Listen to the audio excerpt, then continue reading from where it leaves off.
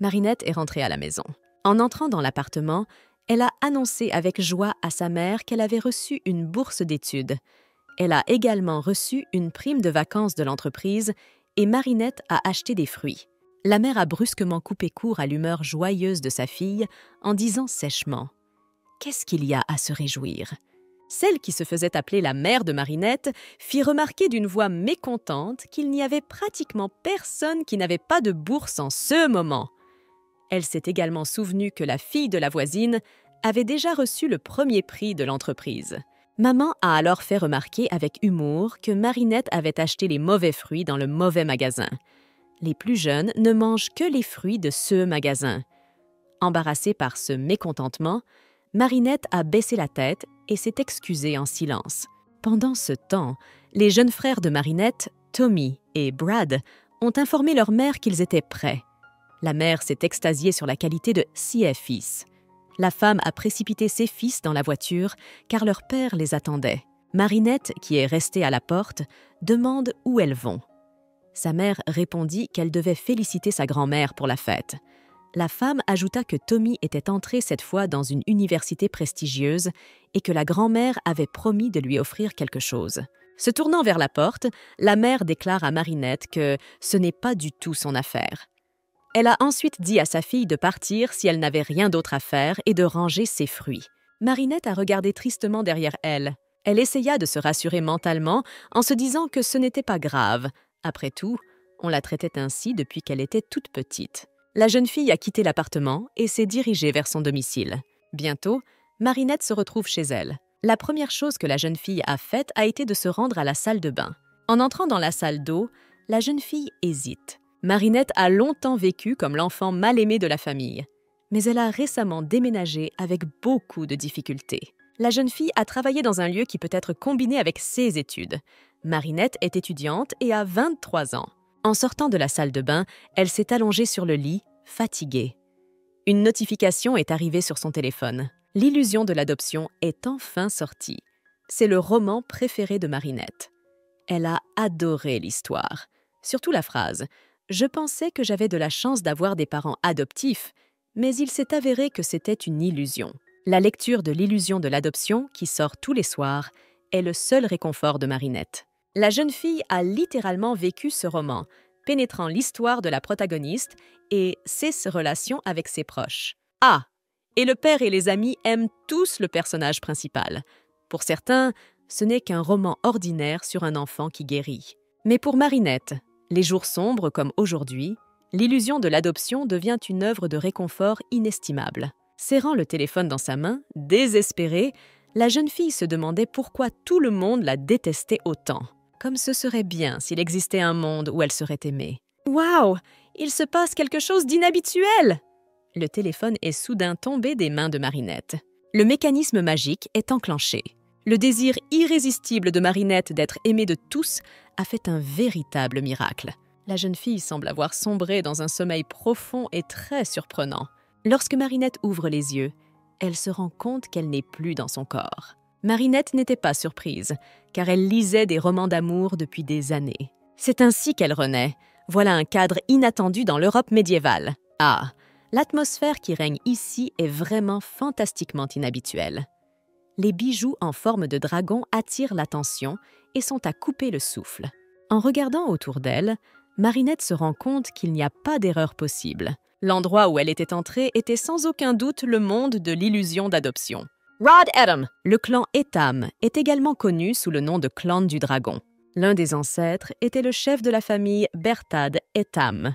Berthad a obtenu le sceau du dragon noir. Il a bu son sang et a conclu un pacte spécial. Ce pacte confère à toute la famille un pouvoir immense. Cependant, il y a encore des inconvénients. L'un des effets secondaires spécifiques était que chaque fois que le mana stagnait, il y avait une pulsion de destruction. Les maladies chroniques sont héréditaires. Et le nom de cette maladie est frénésie. Le protagoniste de ce roman a le pouvoir de purification et un tempérament ensoleillé qui ne tolère pas l'injustice. Et pour calmer cette rage, elle devient la cause du salut des soucis de la famille Etam, une fille qui n'est rien de moins qu'un protagoniste sans faille. Et si Marinette, qui a lu l'illusion de l'adoption, s'est retrouvée dans ce monde, Elle s'est sûrement intéressée au protagoniste, n'est-ce pas? Génial! Marinette est définitivement entrée dans le monde du roman. Et maintenant, elle peut profiter d'une vie insouciante. En se regardant dans le miroir, Marinette constate que ses cheveux sont de la même couleur rose que ceux de sa famille. Il n'y a que du bonheur devant elle. Voilà ce qu'il en estimated. Mais soudain, par la fenêtre, elle aperçoit une personne dont la couleur de cheveux est exactement opposée à la sienne. Il s'agissait d'une fille aux cheveux noirs comme du goudron. Oui, ses cheveux étaient plus noirs que la nuit. Je me demande de qui il s'agit? Aeryn Ethan est le nom sous lequel Marinette a été réincarnée. Aeryn est l'enfant illégitime d'une lignée secondaire, bannie de la famille pour cause d'intimidation. Grâce à ses nobles ancêtres, elle a eu la chance de rester dans la famille. Cependant, l'année où Aeryn a eu 5 ans, lors d'une fête de la Saint-Sylvestre, à la suite d'un accident, des soupçons sur ses origines sont apparus. Et à la fin, elle a été chassée de la famille. C'est une figurante au triste destin. Aujourd'hui, Marinette renaît sous la forme d'une illusion d'adoption extrême. Alors pourquoi n'était-elle pas le personnage principal? C'est en pensant à cela que la jeune fille prit une tasse pour en boire le contenu. La servante se précipita immédiatement vers elle et tenta de l'arrêter. En buvant une gorgée du contenu de la tasse, Aeryn est immédiatement devenue violette. La servante demande si la jeune fille va bien et fait remarquer que la boisson est probablement encore chaude. En souriant, elle fit signe à la jeune fille de le laisser refroidir, mais pour l'instant, il fallait juste prendre des biscuits. Mila, Aeryn se tourna vers la nounou. Avec un plaisir incroyable dans le regard, la jeune fille déclara que ce qu'elle venait de goûter était incroyablement délicieux. Et Aeryn se demanda comment Mila l'avait préparé. « Délicieux, n'est-ce pas ?» sourit la servante. Elle explique à la jeune fille qu'il s'agit d'un chocolat chaud. Comme la famille principale manque de personnel, elle doit aller chercher cette boisson sur place. Mila a remarqué qu'elle avait préparé la boisson avec beaucoup de soin. Maintenant, elle est follement heureuse que sa petite Aeryn l'ait appréciée. Au fait, Mila est la bonne personnelle d'Aeryn. Même avant que Marinette ne s'installe à Aeryn, elle s'est toujours occupée de la petite de tout son cœur. Mila enseigne à la jeune fille la sagesse d'un monde qu'elle ne connaît pas du tout. Elle s'occupe d'elle comme sa propre grande sœur. Elle croit en Aeryn et l'aide plus que sa vraie famille de sa vie passée. En buvant une nouvelle gorgée, la jeune fille se demanda s'il y avait un jour férié demain. La servante lui demanda si elle plaisantait. Mila a été surprise qu'on lui rappelle que demain c'était le réveillon du Nouvel An. Aeryn s'est étouffée avec son chocolat. La servante a appelé sa petite maîtresse d'un air hébété. Aeryn savait parfaitement ce que demain était censé être dans l'intrigue du roman. Après tout, c'est justement demain qu'elle sera mise à la porte. Et quelle tristesse d'être in extremis. Dans ce cas, la jeune fille n'a pas le temps de rester assise ici. Aeryn partit rapidement en courant, criant à Myla en chemin d'aller dans le bureau. La jeune fille demanda à la servante d'apporter le reste du chocolat chaud dans sa chambre. Sous sa nouvelle apparence, Aeryn courut dans le long couloir en pensant d'abord à trouver sa nouvelle maison. Nous devrions donc peut-être choisir le meilleur orphelinat à partir des informations contenues dans l'étude. C'est là que sa connaissance du roman s'avère utile. Il est dommage qu'elle ait des jambes aussi courtes. Après tout, Aeryn n'avait que 5 ans dans le roman. En ouvrant la porte du bureau, Aeryn se souvint qu'il y avait une sorte d'orphelinat dirigé par des héros retraités de la Grande Guerre des démons. « Mais qu'est-ce que c'est ?» Je ne me souviens pas des détails. C'est étrange, car elle a beaucoup lu ce roman. Il était impossible qu'elle ne l'ait pas mémorisé. Aeryn ouvrit la porte du bureau et vit un garçon debout, un livre à la main. La jeune fille le regarde avec surprise. « Ah, ses cheveux sont si beaux, comme s'ils avaient absorbé toute la noirceur du monde. Ses yeux dorés brillent comme s'ils étaient aspergés de miel. » C'était le dernier candidat à devenir l'héritier de la famille Ethan. On aurait dit qu'il avait été créé par une divinité céleste. Et ce bel homme s'appelle Erno Ethan. Oui, il a le genre d'apparence dont il est impossible de ne pas se souvenir. Abasourdi par la beauté éblouissante d'Erno, Aeryn se remémore lentement le roman. Mais que fait Erno Ethan dans l'arrière-pays? C'était la première fois depuis 1 an que la jeune fille voyait quelqu'un en ligne droite. Pendant ce temps, le type s'est soudain retourné et a demandé à Aeryn si elle savait où se trouvaient les livres sur la magie sacrée. La jeune fille était dans une sorte de stupeur et de confusion. et ne savait pas quoi lui dire. Sans attendre de réponse, le garçon se replongea dans son livre. Eirine fixait son beau visage, à tel point qu'elle n'arrivait pas à sortir un mot de sa bouche. Finalement, reprenant ses esprits et se livrant à une coquetterie mignonne et inoffensive, la jeune fille a répondu que ses livres se trouvaient sur la 2e étagère du premier rayonnage. Erno regarde la jeune fille avec perplexité. Pendant un moment, ils se sont regardés l'un l'autre. Il y a eu un silence gênant. Aérine fit une grimace nonchalante et se dirigea vers l'étagère, notant mentalement que ce type n'avait pas l'air d'aimer le flirt.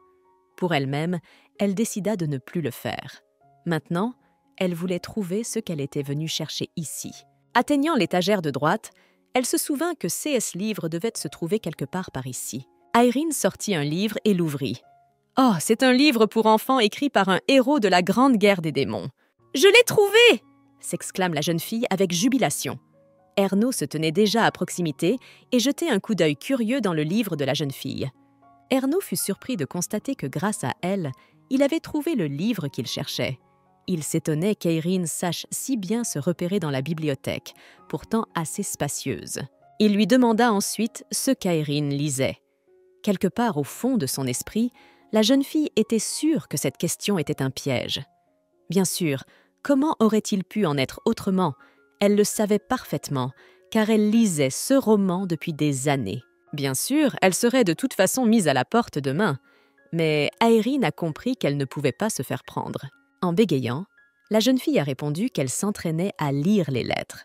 En souriant, elle ajoute qu'elle n'en comprend pas le sens, mais qu'elle est tout de même très intéressée.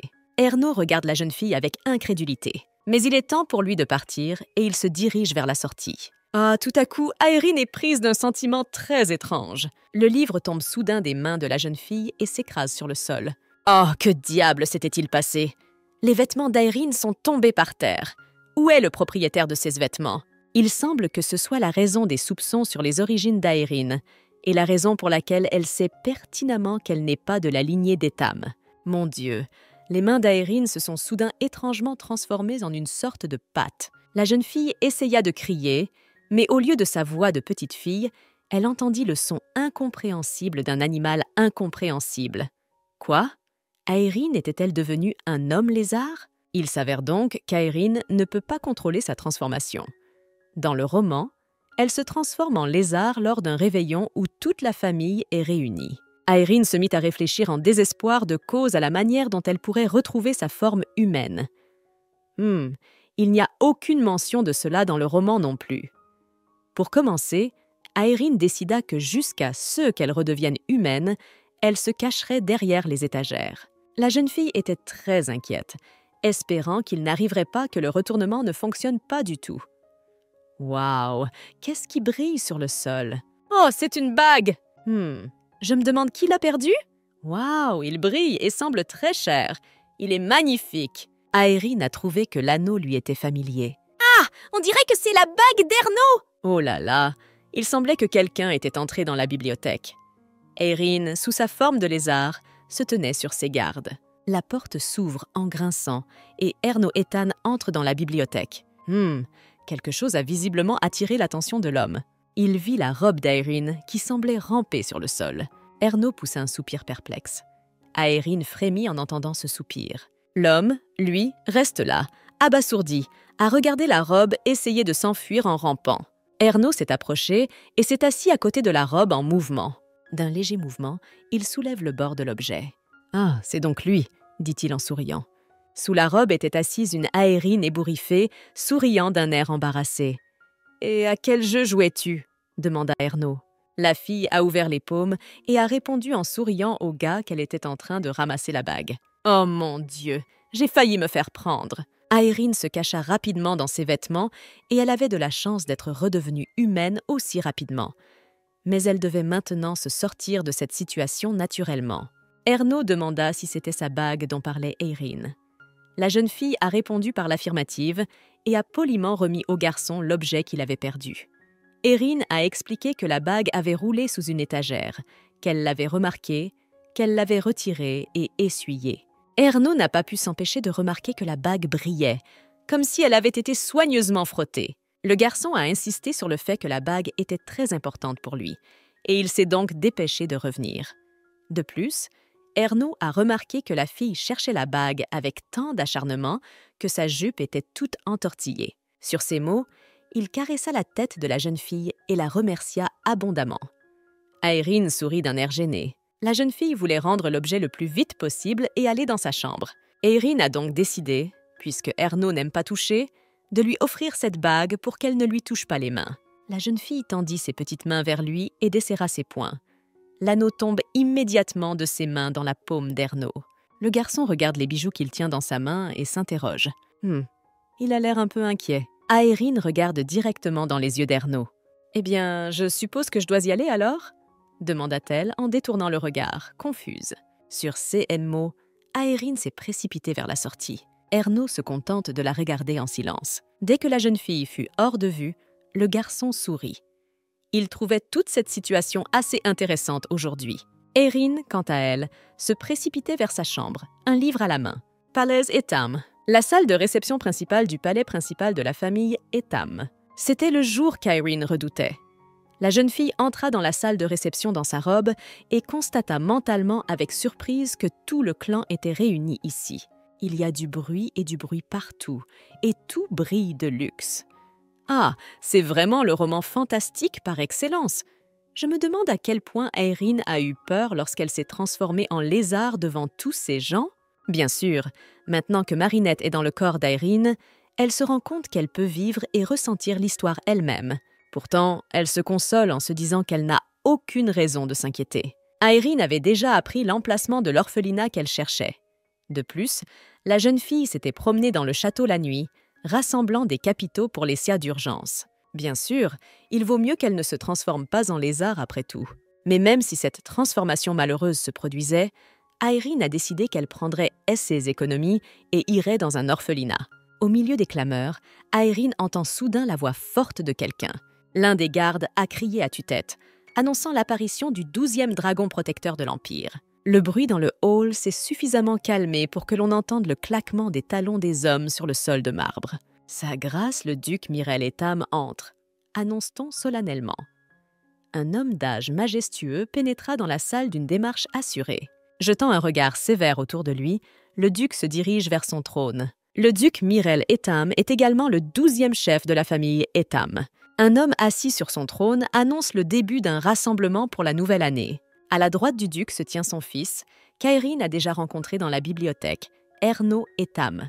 À gauche du trône se tenaient les deux fils d'Ernaud Etam, Callan Etam et Cillian Etam.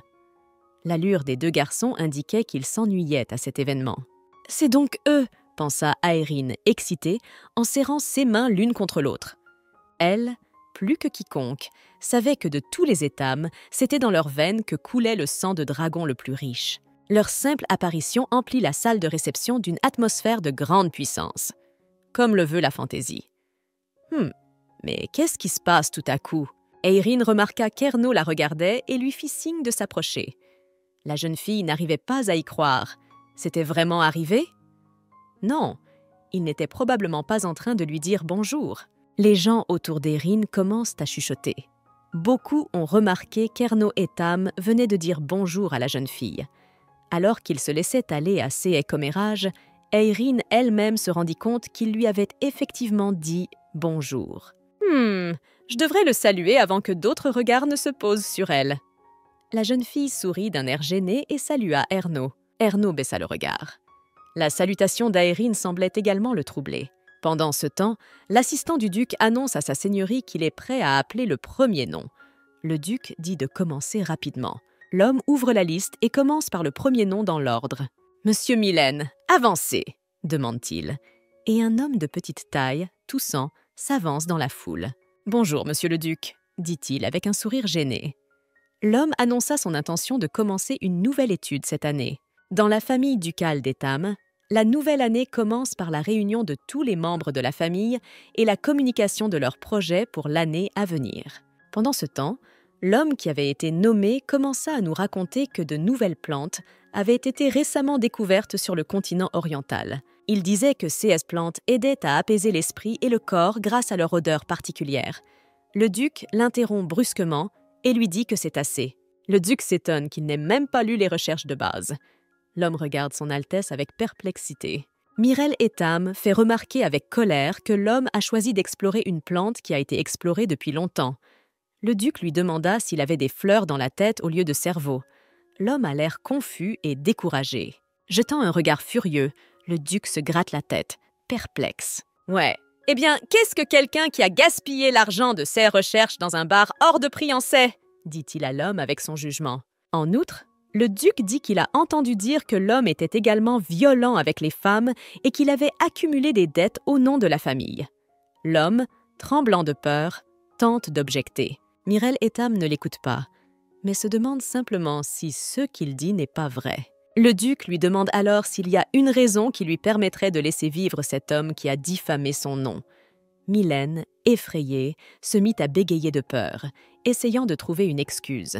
Incapable de prononcer un mot, Mylène tremblait littéralement comme une feuille de tremble. Il finit par s'agenouiller devant le duc et commence à s'excuser.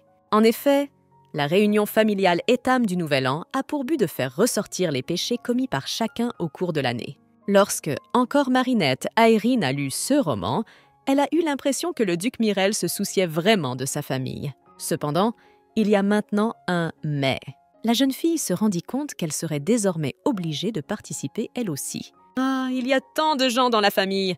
Peut-être qu'après tout, Aérine n'en arrivera pas là. Mais soudain, le regard du duc se posa également sur Aérine. La jeune fille tenta d'user de tout le charme et de toute la douceur dont elle était capable.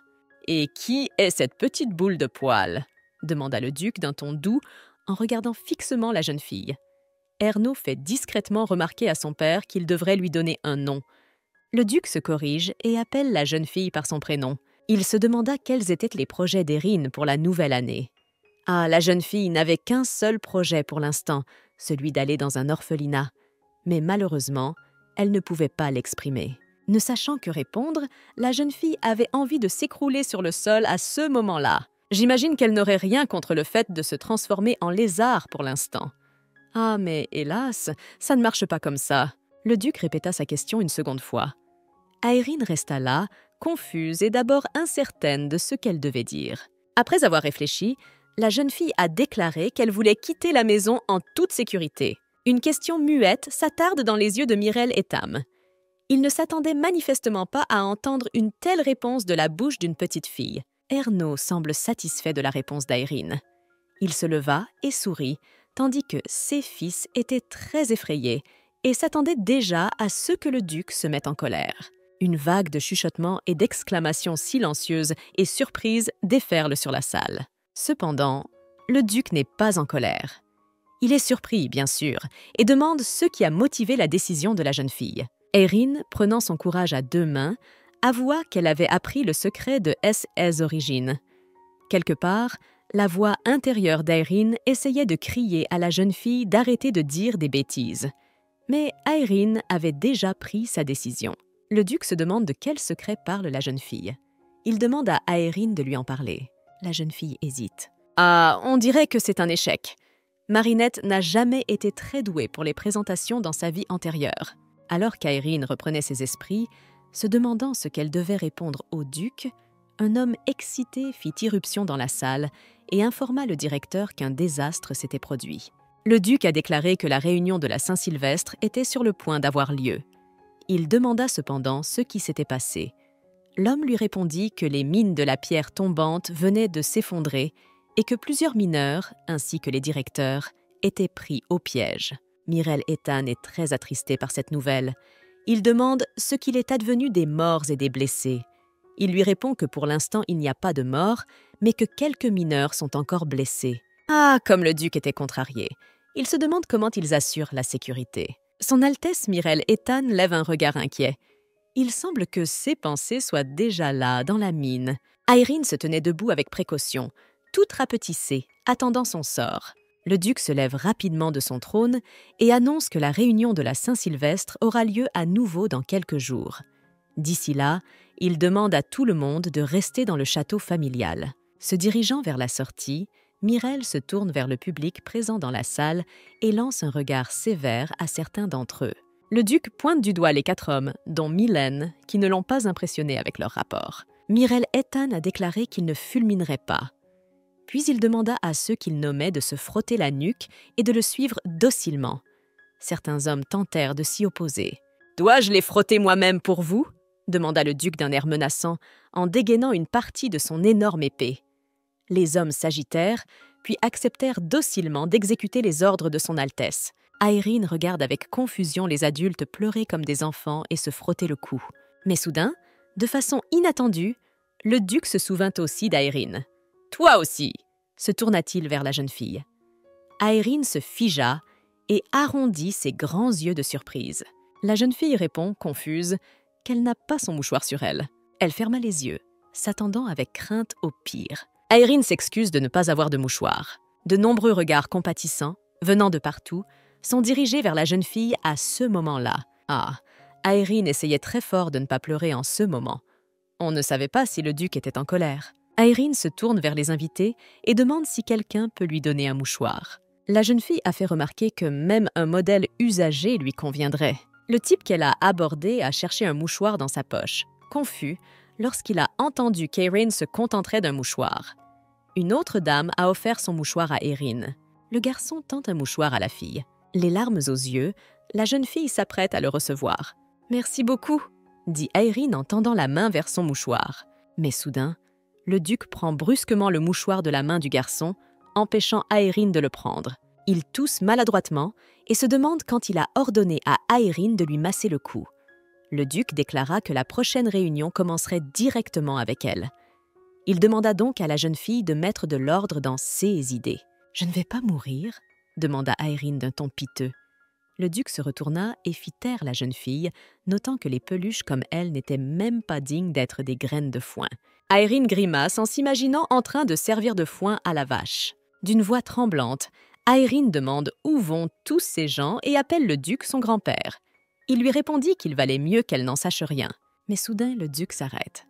Quelque chose l'a fait réfléchir. Il demanda à nouveau à la jeune fille ce qu'elle venait de dire. Aeryn répéta qu'elle avait demandé où ces gens iraient et si elle mourait. Mais le duc répondit que ce n'était pas ce qu'il avait demandé. Il voulait réentendre la dernière chose que la jeune fille avait dite. « Oh, je suppose que c'est raté. » Aeryn a appelé le duc grand-père sans le savoir. « Oh mon Dieu, quel gâchis !» La jeune fille transpirait d'excitation. Les paroles d'Aeryn semblent avoir touché le duc. « Oh, maintenant, j'aimerais ne pas être mort. » La jeune fille, reprenant courage, décide de sourire d'abord. Après tout, on ne répond pas à un sourire par de la haine. « Grand-père !» s'exclama Aeryn en souriant, faisant la plus belle grimace possible à ce moment-là. Le duc semble très affecté par cette appellation. Il voulait entendre à nouveau ce mot de la bouche de la jeune fille. « Grand-père !» demande la jeune fille d'une voix incertaine et déjà un peu tremblante. « Je n'aurais peut-être pas dû dire cela. Ou aurais-je dû l'appeler autrement ? » « Chapitre ?» tenta Aeryn pour corriger son embarras. Le duc interrompt la jeune fille et, d'un geste de la main, se retourne vers elle en la traitant d'idiote. Déjà en train de partir, il ne s'est pas retourné et a insisté sur le fait qu'il vérifierait tout à fond lors de la prochaine réunion. Le duc dit alors à la jeune fille de bien se préparer. « Nous nous rencontrerons alors », conclut le duc. « Alors ?» répète mentalement Aeryn. La jeune fille craint que cela ne soit un avertissement de mort pour elle. Et s'il l'avait vraiment tuée? C'est ainsi que cette réunion s'est terminée. Un nouveau jour s'est levé. Aeryn est allée se promener dans le parc du palais et s'est assise sur un banc près de la fontaine. Bien que la jeune fille ait essayé de trouver un moyen de s'échapper, elle n'a pas vu d'endroit approprié. Mais surtout, elle ne cesse de penser à la journée d'hier. Aeryn voulait vraiment quitter la maison. Oh, elle avait fait des choses honteuses. Soudain, un petit objet heurte la tête de la jeune fille. Qu'est-ce que c'est? Et quel est ce ballon en papier? Il a peut-être été soufflé par le vent. Aeryn n'avait pas encore eu le temps de réaliser quoi que ce soit quand soudain quelque chose d'autre siffla au-dessus de sa tête. La jeune fille a réussi à esquiver et une autre balle a frappé le banc à côté d'elle. Qu'est-ce que c'est? Qui est-ce d'ailleurs? Aeryn se mit à regarder autour d'elle, perplexe. « Hey, crybaby !» cria quelqu'un à la jeune fille. Quelques garçons sont rassemblés autour d'Aeryn. C'est à eux que l'on doit les farces avec le papier et la balle. L'un d'eux lui demande pourquoi elle est seule ici et ajoute ironiquement Elle n'a pas de maison ou d'amis. Aeryn fut déconcertée par cette insolence inattendue.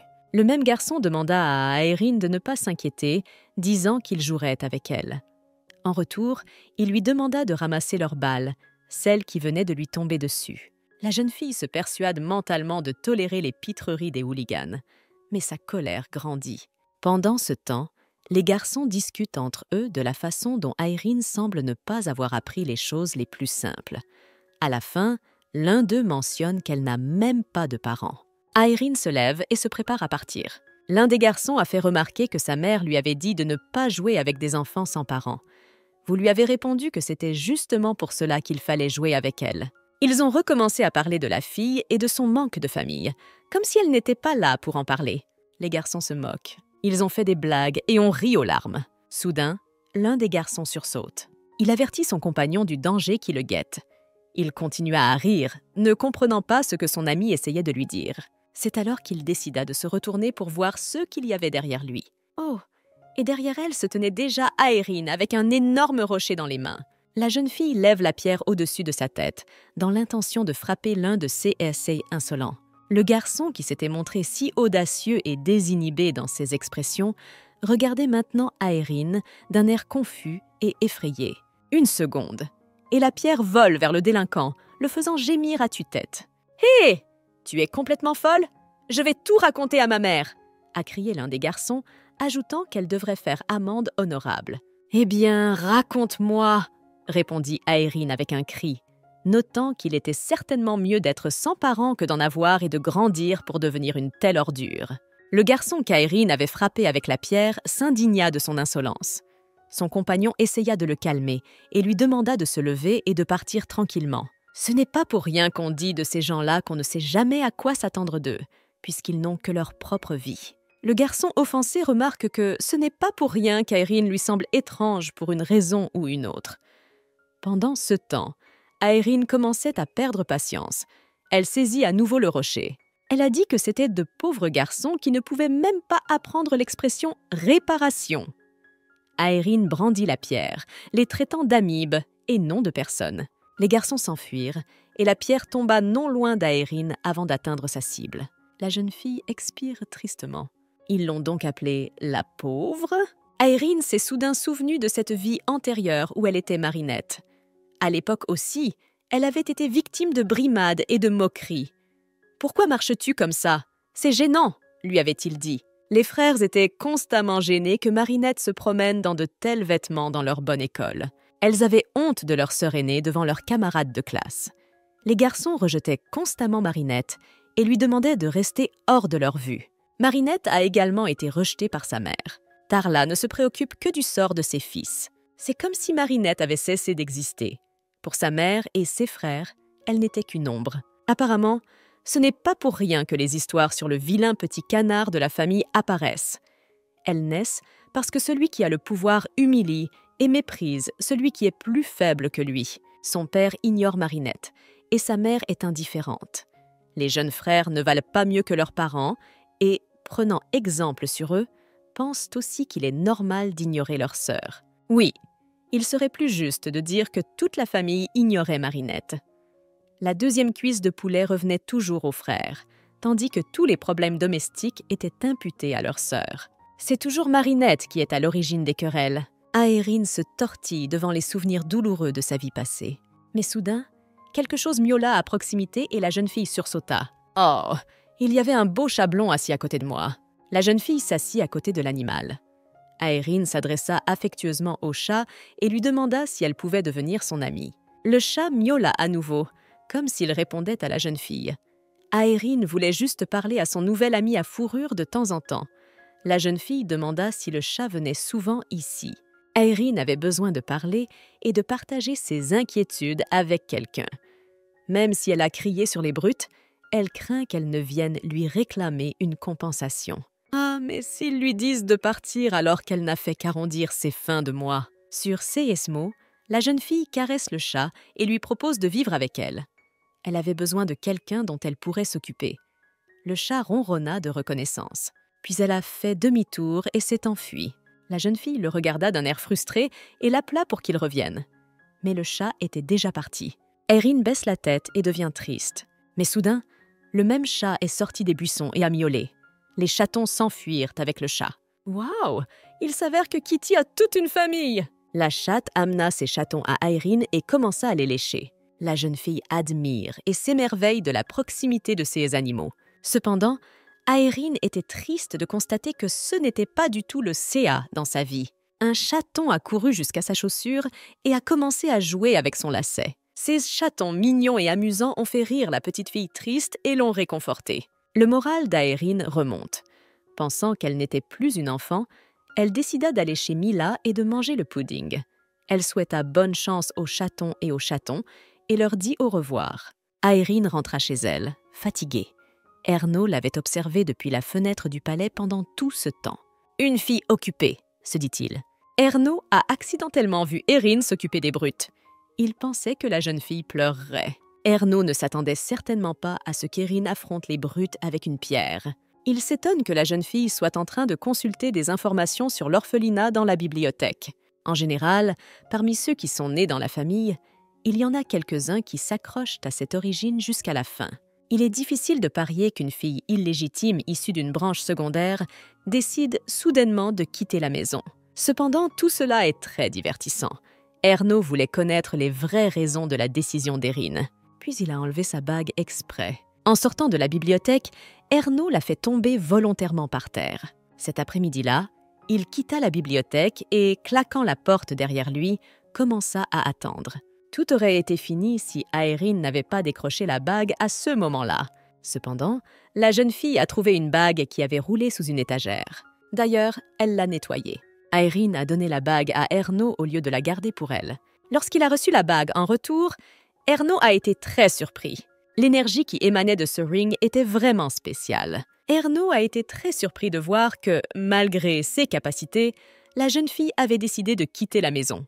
Puisque l'homme était toujours curieux d'autre chose, il se demanda s'il devait récompenser Aeryn.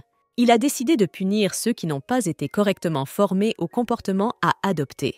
Une semaine plus tard, ils ont annoncé la reprise du rassemblement de la Saint-Sylvestre. Aeryn a été la première à être invitée.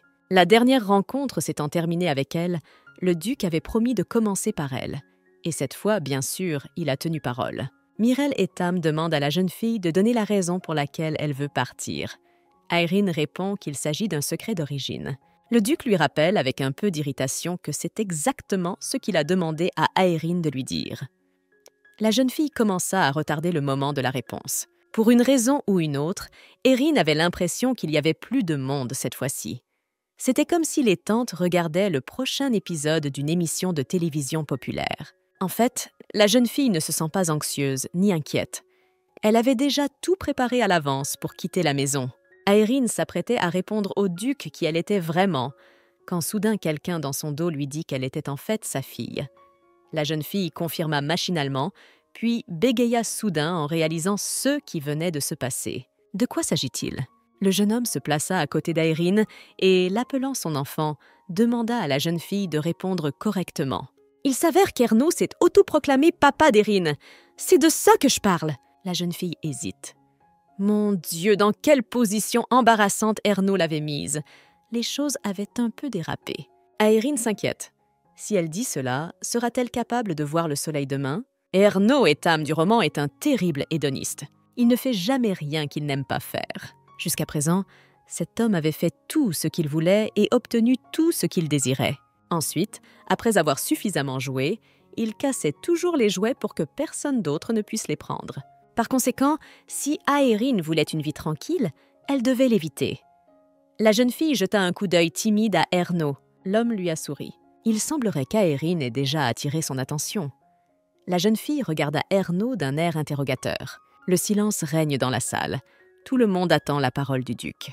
Mirel et Tam, d'une voix sévère, demandent à son fils de se retirer, faisant remarquer que les plaisanteries ont assez duré. Il souligne que ce n'est pas le moment pour Erno de se présenter. « Intéressant, dites-vous. Est-ce que je suis déjà sortie après avoir attendu mon tour ?» demande Erno en souriant. Il nota également que dans ce cas, la file d'attente n'était pas si importante puisqu'il voulait voir sa fille. Aeryn s'agita sur son siège, mal à l'aise. Après tout, elle n'était pas sa fille. La jeune fille se demande pourquoi Erno a fait une telle plaisanterie. Elle pensa seulement qu'elle devait révéler son secret le plus vite possible et partir. Mais pour l'heure, elle n'a aucune envie de s'interposer entre le père et le fils. Erno regarde son père d'un air de défi. Il a suggéré au duc de demander directement à sa fille s'il ne le croyait pas tellement. « Oh mon Dieu, qu'est-ce qu'il fait? Oh non !» Erno se pencha soudain vers la jeune fille et murmura que les gens devenaient généralement plus méfiants avec l'âge et que c'était exactement la même chose pour ce vieil homme. Malgré son âge, le duc avait une bonne ouïe. Il se demanda à voix haute qui était traité de trop soupçonneux. Erno, d'une voix de conspirateur, a demandé à la jeune fille de lui dire elle-même qui il était pour elle. La jeune fille resta dans l'indécision, ne sachant pas quoi lui dire. Ses yeux semblaient l'hypnotiser. Aeryn s'est crispée. Puis, en souriant, elle a montré Erno du doigt et a dit que cet homme était son papa. L'homme lui a caressé la tête d'un air approbateur. J'ai crié à mon fils de ne pas le faire rire. Il m'a demandé si Erno le prenait pour un imbécile. Le duc était scandalisé, car il ne suffisait pas que son fils ne se soit jamais comporté correctement lors de la soirée du Nouvel An, mais voilà qu'il décidait d'amener les enfants d'autres personnes à chacune d'entre elles. Mireille Etam a de nouveau traité la jeune fille de petite boule de poil. Des chuchotements et des murmures s'élevèrent à nouveau dans le hall. Les gens discutaient du fait que l'année dernière, Erno avait amené un garçon qui avait été mis à la porte au bout de 4 mois. Et maintenant, c'est une fille qui l'a amené. Beaucoup pensaient qu'Aeryn ne tiendrait pas plus de 6 mois non plus. Certains ont même commencé à faire des paris. Malheureusement, tout le monde a l'habitude de s'amuser ainsi. La jeune fille soupire. Dans son roman, Erno a utilisé les gens comme des pièces d'échecs, puis il s'en débarrasse. Lorsqu'il est devenu le père adoptif du protagoniste, il en a été de même. Bien que tout le monde autour d'eux s'inquiète pour le protagoniste, les deux, n'ont eu qu'une relation d'affaires par nécessité. Aeryn écoutait les murmures dans la salle. Beaucoup exprimaient leur sympathie pour elle, comme s'il s'agissait d'une enfant. Les gens ont discuté et condamné Erno pour ses actions. La jeune fille, quant à elle, écoutait en silence et tirait des conclusions. Après avoir réfléchi, elle a décidé que tout cela était plus cool que tout. Aeryn pourrait se contenter de jouer le jeu avec Erno pendant 6 mois seulement. Après cela, la jeune fille pourrait passer toute sa vie à s'amuser sur sa propre île. Qui aurait cru qu'il existait un emploi à temps partiel aussi cool? La jeune fille regarde Erno d'un air critique. Cet homme pourrait être bon! Entre-temps, Erno a regardé le duc avec audace et a déclaré que s'il n'était pas satisfait, il pouvait changer d'héritier. Il n'a pas froid aux yeux! Erno sourit et regarde Aeryn. Il se penche vers sa fille nouvellement nommée. L'homme déclara que, quoi qu'il en soit, son plan pour cette année était d'être un père merveilleux pour la fille qu'il avait retrouvée si tardivement. Sur ces mots, il prit Aeryn dans ses bras. « Qu'en est-il de vous, père ?» s'écria le duc avec indignation. Erno n'était pas non plus un bon fils, disait-il, car il ne faisait que parler. Erno a interrompu le père, lui demandant d'arrêter de crier si fort et soulignant qu'il faisait peur à sa fille. Oui, une fois qu'Aeryn a baissé sa garde, l'homme a encore profité d'elle. La jeune fille s'enroula dans les bras d'Erno et déclara qu'Aeryn n'avait pas peur de son grand-père. « C'est vrai, tu n'as peur de rien puisque papa te protège. Tu n'as peur de rien puisque papa te protège ?» demanda l'homme en souriant. La jeune fille a objecté que ce n'était pas du tout pour cela, mais parce que grand-père était très cool. Le duc avait une telle expression sur le visage à ce moment-là qu'on aurait dit que son œil était sur le point de tressaillir. Aeryn se tortille d'excitation. D'une voix timide, elle demande à son grand-père de ne pas se fâcher. L'un d'entre eux a demandé, stupéfait, ce qu'elle venait de dire. Le duc déclara qu'il n'avait jamais été en colère. Les petits-enfants qui se trouvaient à proximité commencèrent à chuchoter entre eux que même maintenant, à cet instant, leur grand-père semblait être en colère après tout.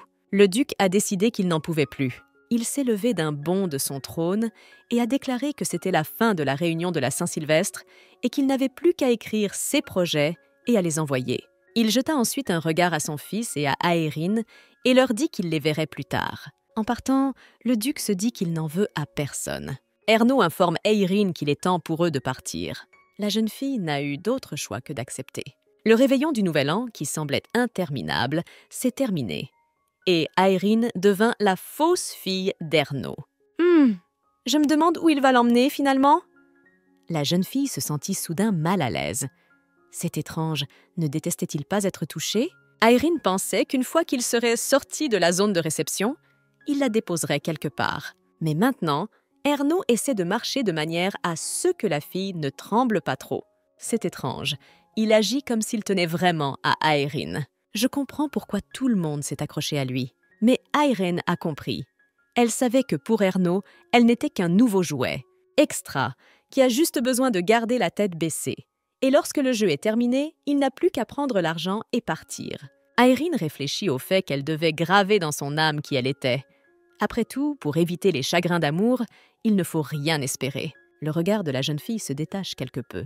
En serrant son nouveau père dans ses bras, Aeryn décida qu'à partir de maintenant, elle ne se ferait plus d'illusions.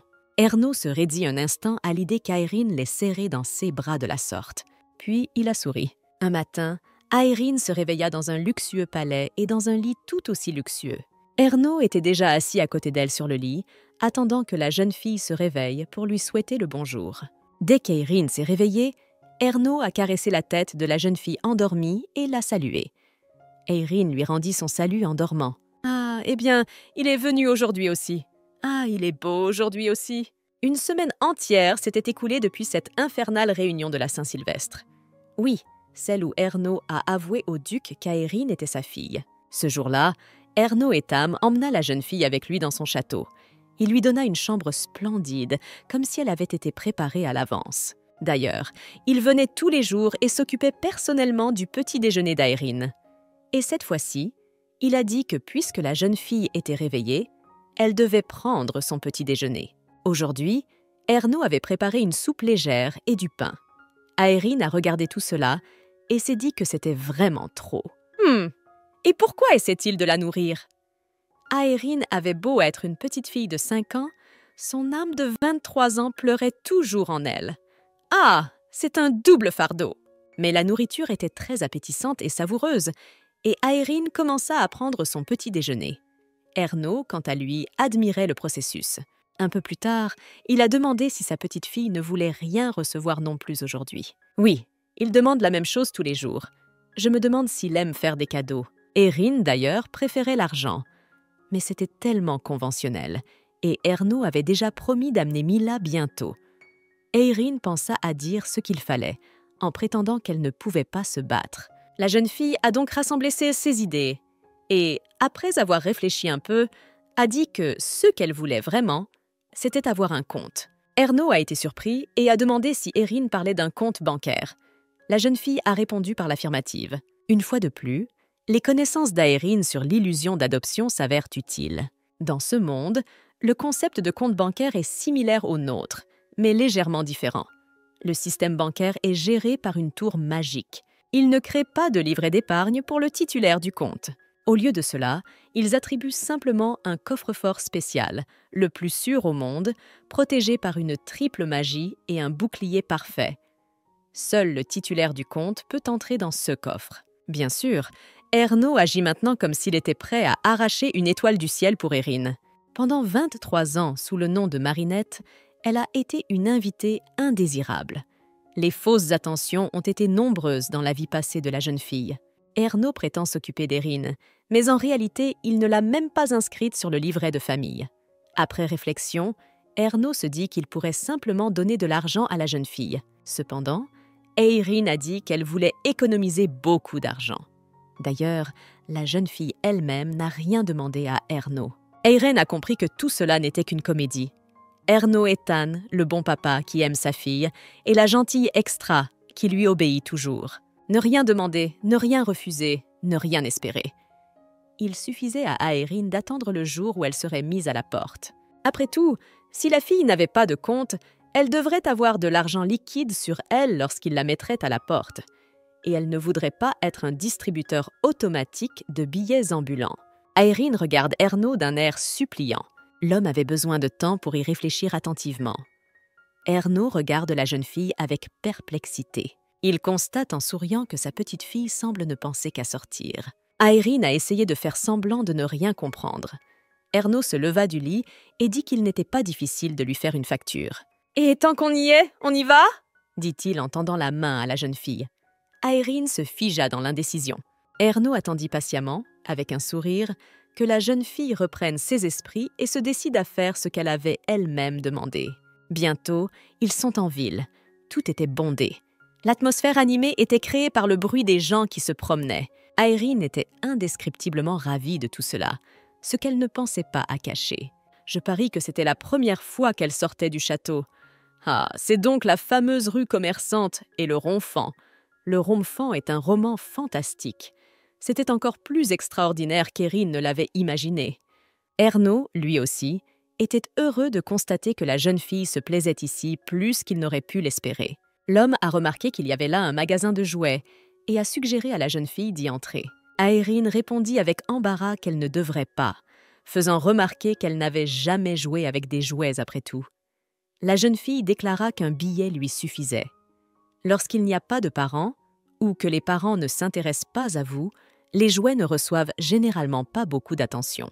Aérine n'était pas du tout impliquée dans les jouets, donc elle ne savait même pas si c'était amusant de jouer avec. C'est ainsi que les choses se sont passées, dans cette vie et dans l'autre. Ernaud soupire et regarde affectueusement la jeune fille. Puis il a pris Aérine dans ses bras. Alors, avec sa fille dans les bras, il se dirige vers le magasin de jouets. L'homme ouvre hardiment la porte du magasin et les yeux de la jeune fille s'écarquillent. « Ma petite fille est très intelligente, mais elle n'a aucun désir, cela me gêne même, » dit-il en posant la petite fille sur le sol. À ce moment-là, un vendeur moustachu et indigné se précipite vers eux. « Monsieur, qu'est-ce que c'est ?» demande-t-il d'un ton malheureux. Ernaud lui a demandé s'il était le propriétaire du magasin. Le moustachu a répondu par l'affirmative et, aussitôt, un sac d'argent a volé vers lui. Sans trop de modestie, Ernaud a indiqué que cette poche contenait 50 pièces d'or.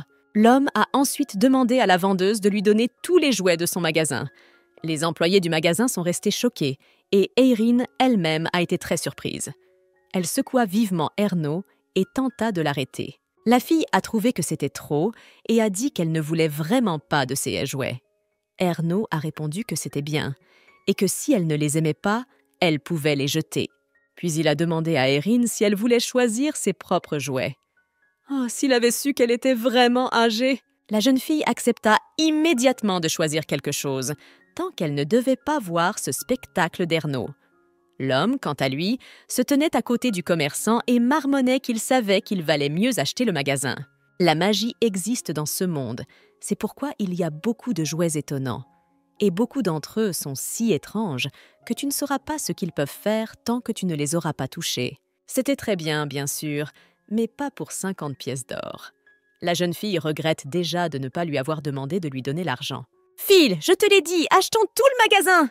Ernaud ne pouvait pas se calmer, mais la jeune fille s'obstine à vouloir choisir quelque chose. « Ah, on dirait qu'Erin va avoir beaucoup de jouets inutiles, après tout. » Soudain, elle remarque un jouet sur une étagère à proximité. Voilà, je crois qu'elle a trouvé ce qu'il lui fallait. Aérine appelle Ernaud et l'informe qu'elle a fait son choix. La jeune fille montre joyeusement à Ernaud une peluche, un petit tigre gris. L'homme est surpris qu'Erin n'ait choisi qu'un seul jouet. Il pensait que s'il n'y avait qu'un seul jouet, la fillette s'en lasserait rapidement. Mais Erin l'a convaincu du contraire.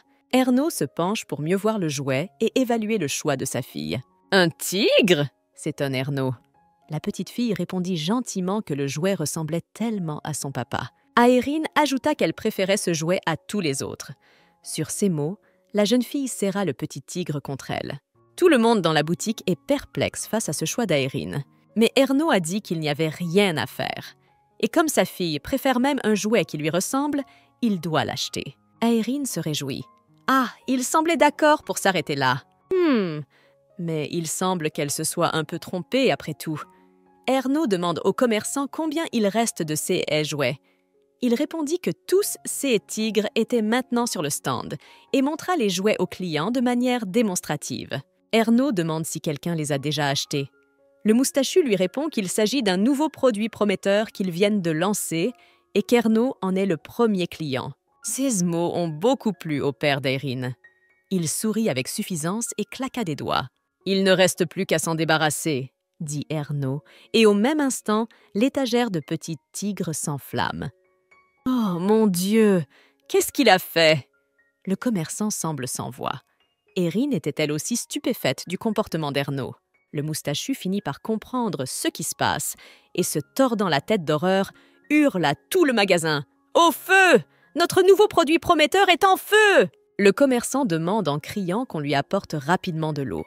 Quand soudain, Ernaud lui jette un autre sac de pièces d'or au visage en lui demandant de ne pas faire d'histoire. Sur ces mots, l'homme se dirige vers la sortie et ajoute que le feu s'arrêtera dès qu'il aura brûlé les jouets. « Je pense qu'il serait préférable de ne plus vendre de tels jouets », a déclaré Ernaud en dernier lieu. Bien sûr, puisqu'il avait été si généreux avec le commerçant, il se sentait en droit d'exiger une telle chose. Une fois l'acte accompli, Ernaud s'en va. Le commerçant et ses employés ont continué à s'incliner devant ce gentleman si généreux pendant un certain temps. « Maintenant, un jouet qui me ressemble sera le seul que ma petite fille aura », annonce fièrement Ernaud. Il demande ensuite si Aérine est satisfaite. La jeune fille répondit « Oui ». Elle a remercié le papa nommé. Cependant, la vue de l'étagère en feu restera longtemps gravée dans sa mémoire. Un peu plus tard, Ernaud plaça le plus beau et le plus appétissant des desserts devant Aérine. « Tiens, ma fille, dis « Ah !» lui dit-il pour l'inciter à ouvrir la bouche. Aérine ouvrit docilement la bouche et le pudding sucré fut mangé. Oui, elle n'a pas eu besoin d'être encouragée. Aérine adore les sucreries. Ernaud demanda à la jeune fille si elle avait bon goût. Aérine répondit sans hésiter qu'elle était délicieuse. La saveur était certainement merveilleuse. Mais pourquoi Aérine devait-elle manger ainsi? Dans la famille Etham, il est de tradition d'organiser une réunion régulière 2 fois par semaine. La famille possède plusieurs entreprises, y compris le plus important, le militaire. Lors des réunions régulières, diverses questions liées à l'entreprise sont à l'ordre du jour. Il s'agit d'une réunion importante à laquelle les membres de la famille de premier rang ainsi que les principaux vassaux et fonctionnaires sont tenus d'assister. Sur eux, la nervosité du duc Mirel perce les cieux, si bien qu'une seule mauvaise respiration pourrait lui être fatale. Lors de la réunion suivante, tout le monde était réuni, y compris Ernaud et Aérine. Le duc a été patient pendant longtemps, mais il n'en peut plus et tape du poing sur la table. Il demanda à son fils ce qu'il faisait maintenant. Ernaud a répondu en souriant à son père qu'il était finalement venu à sa réunion, même si c'était l'heure du repas de midi de sa fille. « Quel impertinent !» s'indigna le duc. « Ah, Mirel avait un adversaire de taille en la personne de son propre fils. » Aérine craignait qu'à ce rythme, le duc ne la déteste avant même qu'Ernaud ne décide de la mettre à la porte. Cette fois-ci, la fillette décide d'intervenir dans l'altercation entre les 2 adultes. Elle se tourna vers eux, les appela grand-père et papa, et déclara qu'elle ne mangerait tout simplement pas le pudding. Aérine, arrondissant gentiment ses yeux déjà grands, a dit qu'elle n'allait pas être une méchante fille, mais une gentille fille. Aérine a donc demandé à grand-père de ne pas gronder papa. Le duc Mirel jeta un regard noir et resta silencieux pendant un moment. Puis il remarqua que, bien que la jeune fille soit si floconneuse, elle parlait bien. Mirel Etham se refroidit un peu aux paroles d'Aérine et condescendit à dire à la jeune fille qu'elle n'y était pour rien. Il ajoute qu'il se moque qu'elle mange 10 ou 20 puddings. Le duc laisse Aérine faire ce qu'elle veut. Ernaud continue calmement à nourrir sa fille nommée. Mirel, en regardant son fils, se dit que c'est lui le plus gros problème. Aérine regarda avec avidité une nouvelle cuillerée du délicieux dessert. Elle se dit que puisqu'on lui avait donné la permission, pourquoi ne pas en profiter? C'est en pensant à cela que la jeune fille commença à manger le pudding à pleines joues. Oh, c'était délicieux! Comme c'est délicieux! Aérine plissa même les yeux de plaisir. Toutes les personnes présentes s'extasient furtivement devant cette belle enfant au bon appétit. Cependant, la réunion doit se poursuivre. Le duc décida donc de détourner l'attention de la jeune fille et demanda où en étaient les armes qu'il était prévu d'exporter vers Kratov. On lui a dit que les commandes s'accumulaient, mais que jusqu'à présent, les matériaux manquaient cruellement. Le duc a ensuite voulu savoir ce qu'il en était des pierres flottantes provenant des mines. Malgré les questions du duc, les personnes présentes ne cessent de jeter des coups d'œil à Aérine. Ernaud ne pouvait pas passer inaperçu. Il se leva brusquement et passa son bras autour de l'épaule de la jeune fille.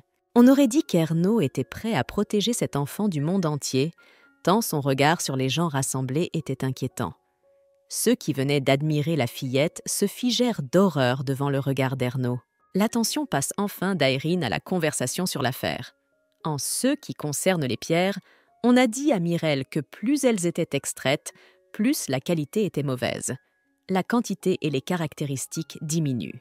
Le duc demande où en est l'exploration de nouvelles mines. Aérine, qui avait été préoccupée par la nourriture jusqu'à ce moment-là, était soudain alerte. Le sujet des pierres flottantes l'intéressait. Aérine savait que les pierres flottantes étaient l'un des matériaux les plus importants de ce roman. Comme le titre l'indique, il s'agit de pierres flottant au-dessus du sol, une ressource naturelle. Le moment crucial du roman est celui où le protagoniste découvre l'entrée qui mène à la mine aux rochers vertigineux.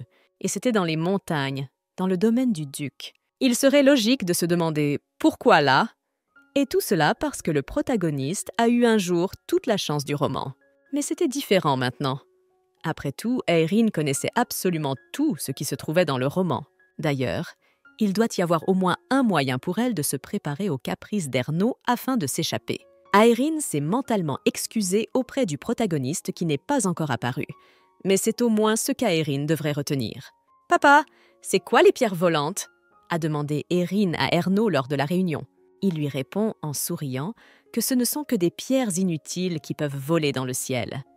En faisant un certain mouvement de la main, Ernaud a pu montrer à la jeune fille à quoi ressemblaient ces pierres dans la réalité.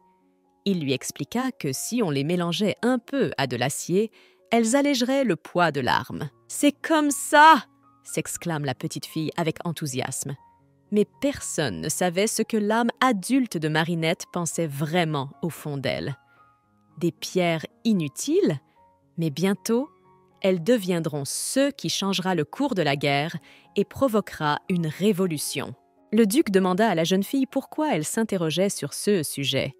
Aérine répondit calmement qu'elle avait déjà vu des cailloux voler. Ces mots semblent assommer le duc.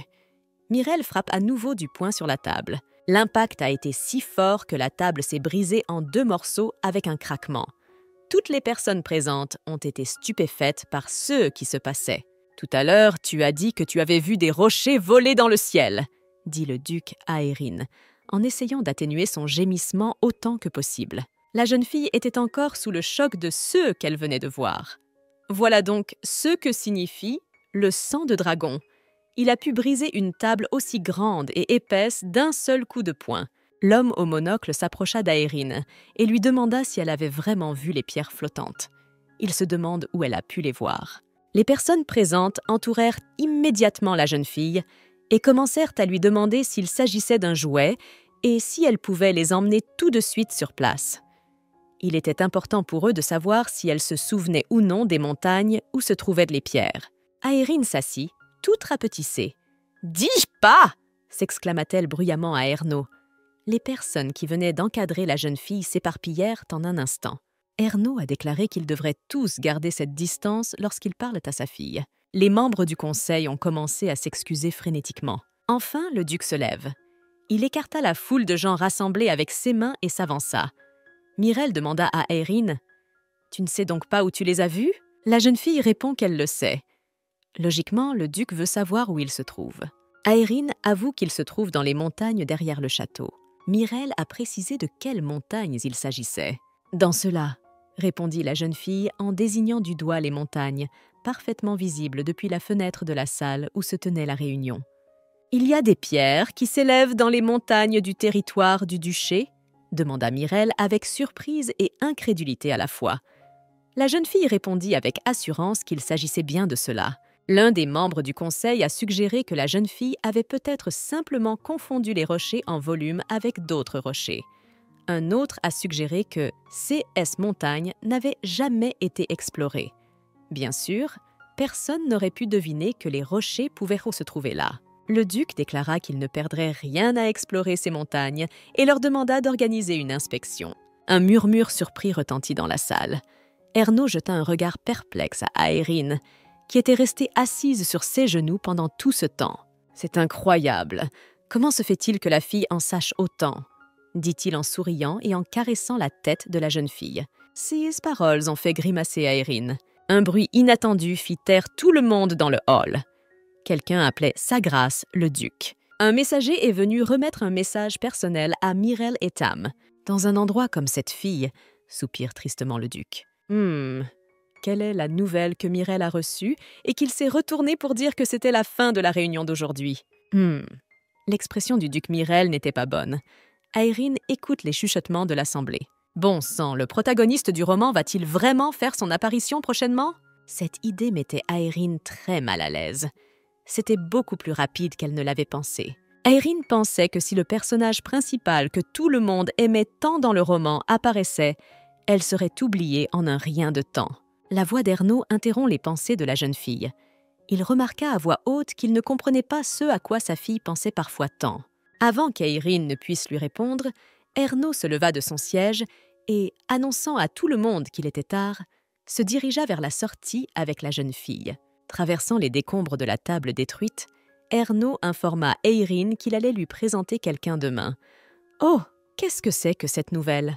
L'homme a ajouté que sa petite-fille le découvrirait par elle-même demain. La jeune fille rit. Cependant, elle souhaitait plus que tout savoir ce qu'il y avait dans la tête de cet Ernaud. C'était la fin de la soirée.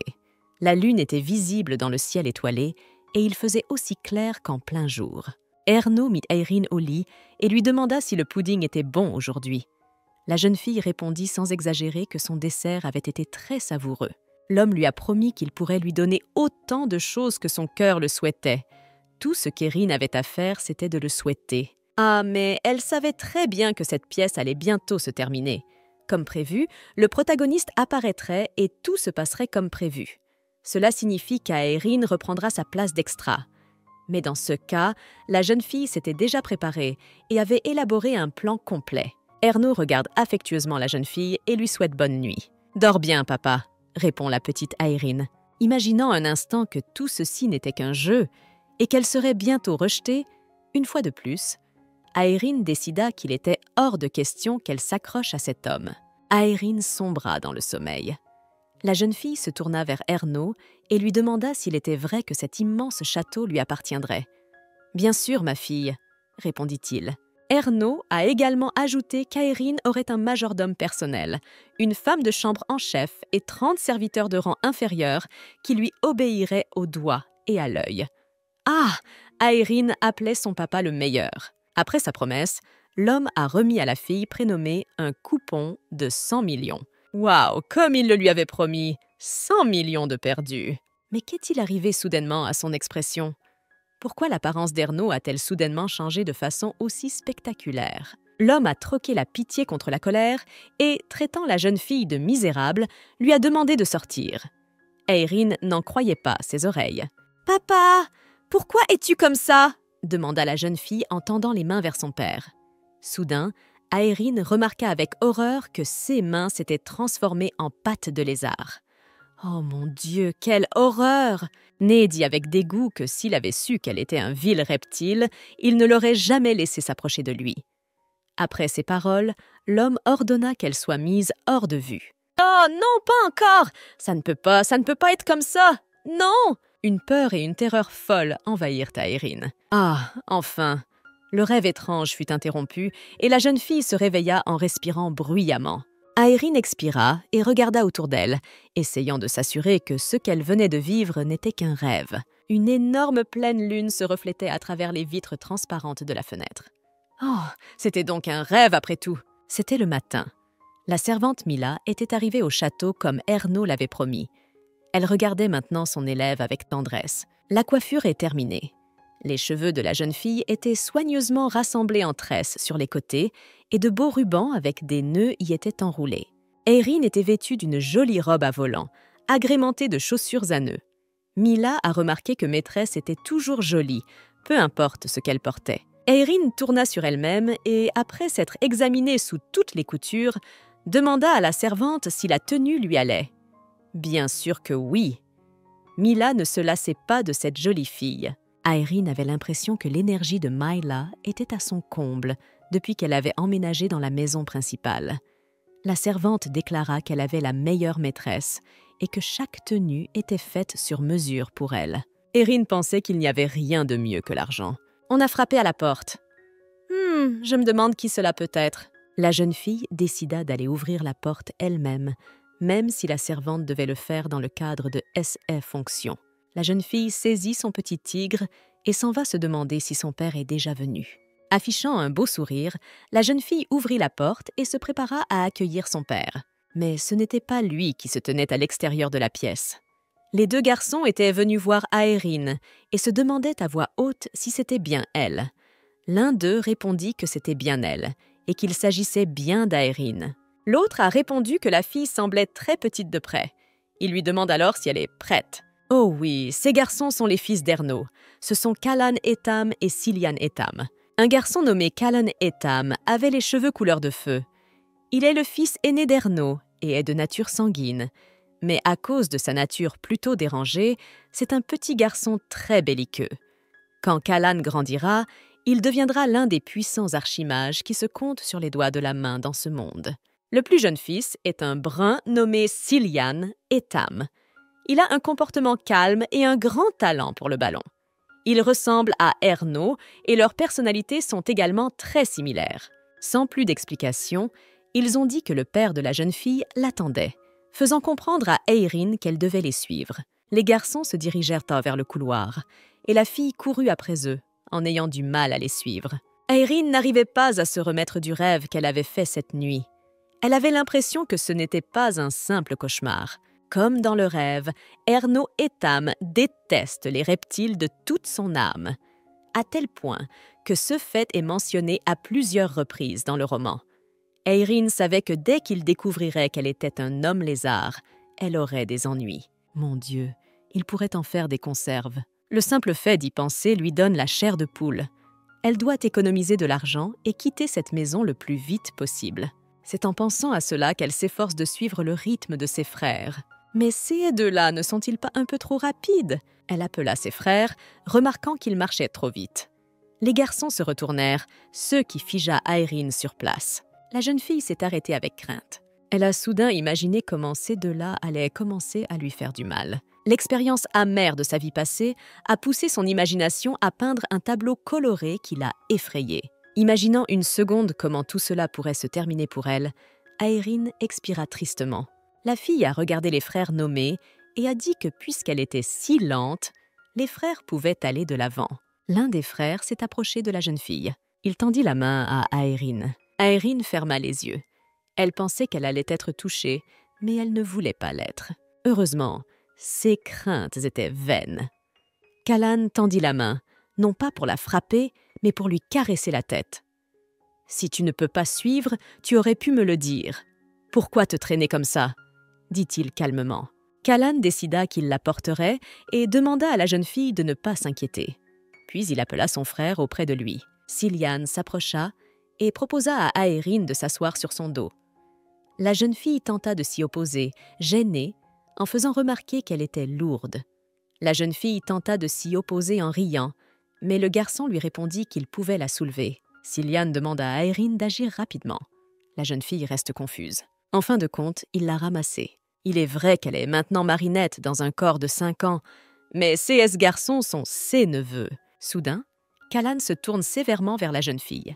Il a déclaré qu'il voulait lui donner un conseil. Le frère aîné a conseillé à Irène de ne pas trop s'attacher à son père, notant qu'il était toujours en train de faire des blagues de ce genre. Il a également demandé à la jeune fille de ne pas prendre les choses trop à cœur, quoi que lui dise son père. Il s'avère que Callan est d'une gentillesse inattendue. « Ne t'inquiète pas trop. Je sais que mon père ne m'aime pas non plus. Je sais que mon père ne m'aime pas non plus, » conclut-il. C'est donc sur CSMO que la compagnie est arrivée à destination. Callan voulait ajouter quelque chose, mais la jeune fille a répondu que ce n'était pas grave et s'est précipitée vers la porte.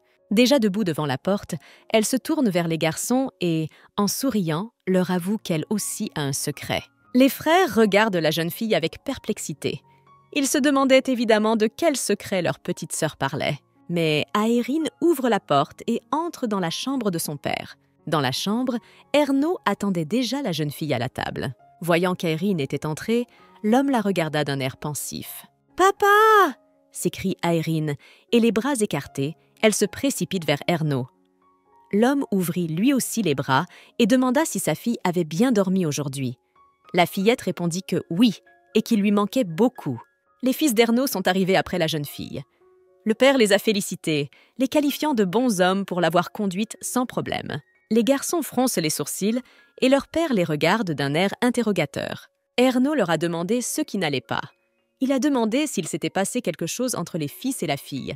Les garçons ont répondu qu'il ne s'était rien passé. Bientôt, tout le monde fait teinter les couverts autour de la table dressée. Callan dit qu'il a entendu dire que le chef avait quitté le château à l'improviste. Tru confirme ses dires, notant qu'il semble avoir découvert la fille de sa sœur aînée. Le fils aîné a demandé s'il parlait de la tante qui s'était enfuie il y a longtemps. Oui, c'est exactement ce qu'Ernaud voulait dire. Cependant, le père n'a pas voulu approfondir le sujet et s'est tourné vers sa fille, lui demandant si elle aimait son jouet. Erin a répondu que son petit tigre était plutôt mignon. La jeune fille a remarqué que son jouet était doux et chaud, et elle a également admis que lorsqu'elle va se coucher, elle met toujours ce petit tigre à côté d'elle. Puis, souriant gentiment, Aeryn a remercié son papa du fond du cœur de lui avoir offert un si beau jouet. Ernaud avait l'air bizarre. Il toucha les cheveux d'Aeryn, et la pierre de son anneau étincela soudain. La pierre se mit alors à scintiller plus intensément. Une seconde plus tard, elle crépitait littéralement, répandant des étincelles tout autour d'elle. « Oh mon Dieu, mais qu'est-ce que c'est ?»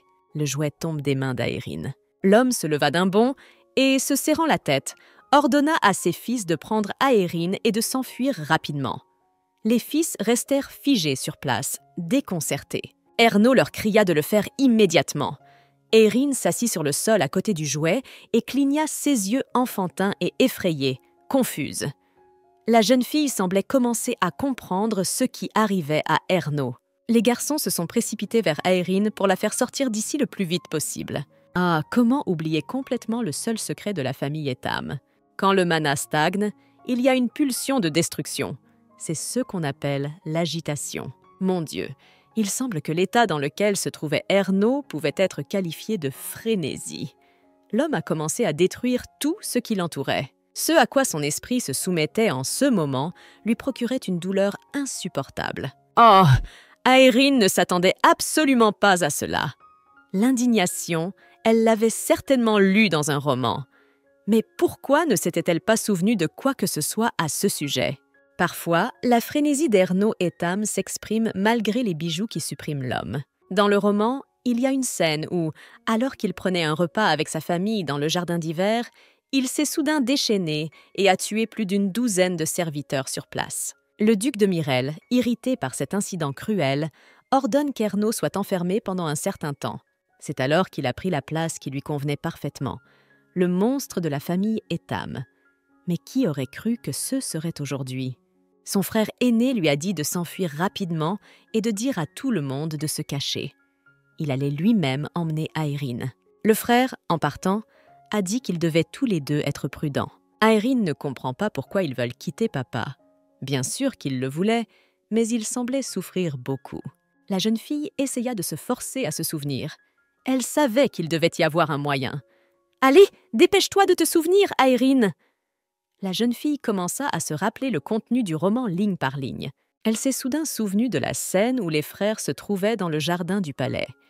Ils discutaient de quelque chose, disant que maman devait sûrement être au courant. C'est à l'endroit le plus chaud, à l'abri d'une ombre immense, comme d'une couverture, que pousse l'arbre le plus grand. Son frère a joyeusement informé Cillian qu'il avait réussi. C'était le fruit. Il avait enfin été produit. Callan avait fabriqué un médicament qui calmait la rage. C'est ce dont Aeryn voulait se souvenir. « Frère, je suis désolée », dit la jeune fille à Callan. Avant qu'il n'ait pu demander ce qui n'allait pas, Aeryn s'était déjà précipitée. Son frère tenta de l'en empêcher, soulignant qu'il était dangereux pour elle de voyager seule. Mais Aeryn savait déjà ce qu'elle devait faire, et sans écouter, elle partit en trombe. La jeune fille elle-même savait qu'elle était folle. Mais si son père mettait sous clé son argent, son île et son grand château, tous ses biens, tout serait perdu.